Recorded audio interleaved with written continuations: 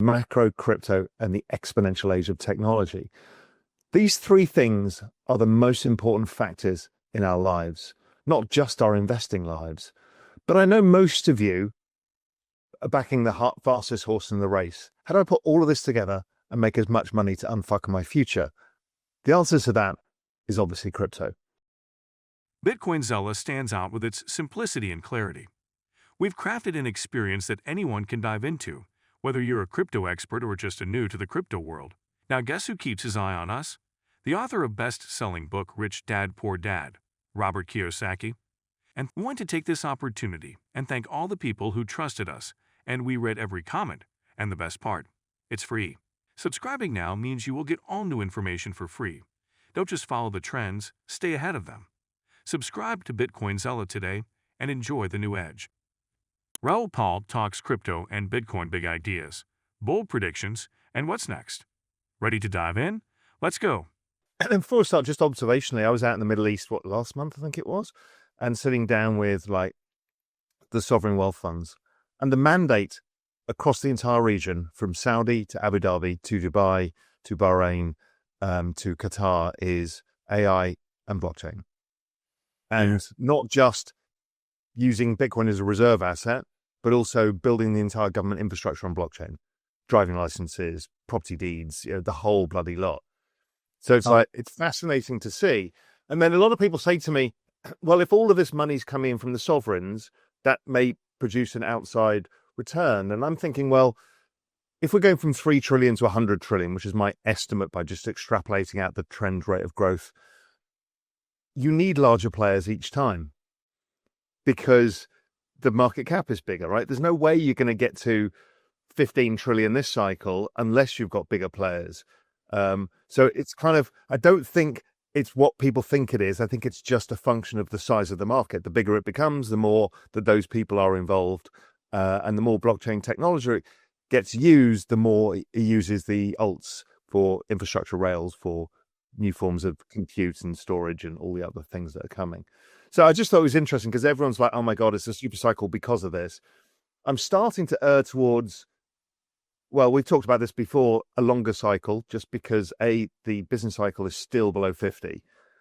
So generally it takes a while to climb up. And then we use the GMI Financial Conditions Index, and that has a 9-month lead. And with the dollar breaking down, even today, it's starting to suggest that this may go even into Q2 2026. So it's like the whole cycle got shifted because rates didn't get adjusted and the dollar was sideways for a period of time. So it feels that potentially there is a chance, and again, there's no guarantees in this world, that we're more like 2020 than we are in 2021. Or it's it's spookily similar to 2017 for me. So let's go through some of your charts, some of your framework, because I think people are going to love to see the work that you put in. Bitcoin took a sharp hit on Sunday morning, dropping from nearly $103,000 to about $99,700 after Iran's parliament approved a controversial move to close the Strait of Hormuz. This narrow but critical waterway is responsible for nearly 20% of the world's daily oil supply. The decision sparked immediate fears of oil supply disruptions and renewed concerns over global inflation. The closure isn't official, yet it still needs the green light from Iran's Supreme National Security Council and final approval by Supreme Leader Ayatollah Ali Khamenei. Still, markets reacted swiftly, with Bitcoin and global energy prices reflecting the rising tension. The move follows a major U.S. airstrike on Iranian nuclear targets, escalating the already tense Iran-Israel conflict. Analysts warn that if the strait is shut down, oil prices could skyrocket to $120 or even $150 per barrel.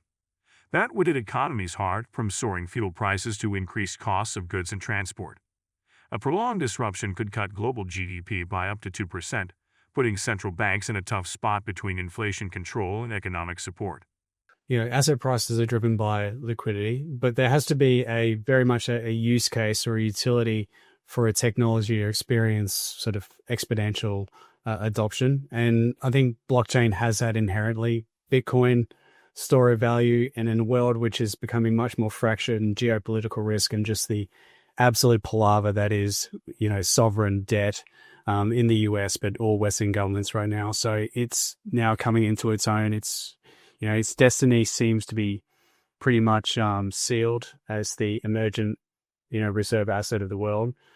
Everything else outside of that has a lot more risk and a lot more beta, because it's much more like early venture. I don't know where you want to start with that deck or whatever you think the best narrative are. Well, I think we could sort of start with just the actual risk framework that I built, looking at global liquidity first. So it's interesting what you're saying about the sovereigns in the Middle East, because it's very much when you hear about the Middle East and crypto, it tends to be very, very Bitcoin orientated, right? So you've got United Arab Emirates and I think Bahrain are heavily investing into Bitcoin mining, and it just seems to be sort of very, very Bitcoin focused. But like, you're not hearing the stories like what you're relaying here coming out about the usage in government departments. So that's extremely interesting. It's been mandated by the sheikh. The ruling families have essentially said the future of the Middle East. I've always been bullish on the region because I think they're figuring out, what the world looks like without the oil and how do you invest the oil capital more efficiently. And they are just like, our future is AI because we've got endless energy right now. So we can do endless compute and data centers and all of that. That obviously plays for Bitcoin mining, but they have a lot of free cash flow and they want to become more modernized economy. So they're like, well, we'll build on blockchain rails and use AI in government. They're already using it in government, in asset allocation models, all sorts. So it's really interesting to see how fast they're moving. But yeah, you're right. Most people don't understand that they're going to be using a lot of underlying blockchain technology. There's not just the storing of Bitcoin for a sovereign wealth fund. Elon Musk is lighting up the meme coin world once again, this time with a single tweet featuring none other than Pepe the Frog.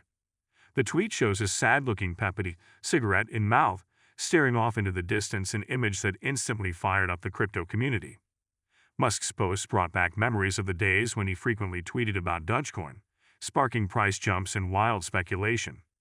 This time, the attention turned to PEPE, the meme coin inspired by the very frog Musk posted, which was launched back in April 2023. The tweet didn't go unnoticed.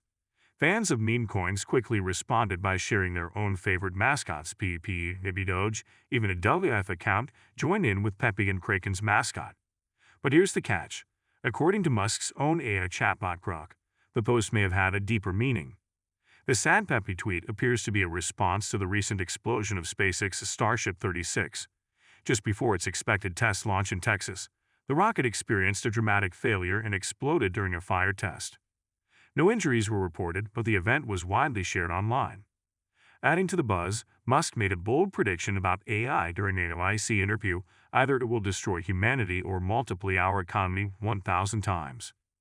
If you've been with us so far, a big thank you. Don't forget to subscribe for free to Bitcoin Zella for your daily news. The link is waiting below. That's all for today's crypto news. Stick around for more updates, insights, and analysis on cryptocurrencies. Share your thoughts in the comments, like this video, and subscribe for more exciting content.